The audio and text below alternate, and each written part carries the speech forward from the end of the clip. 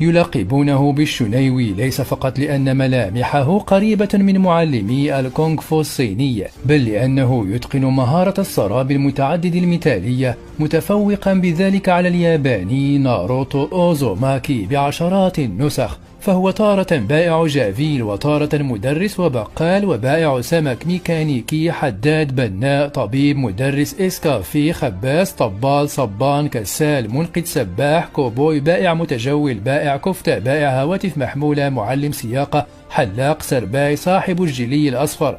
أوف شحفتينا صاحبي.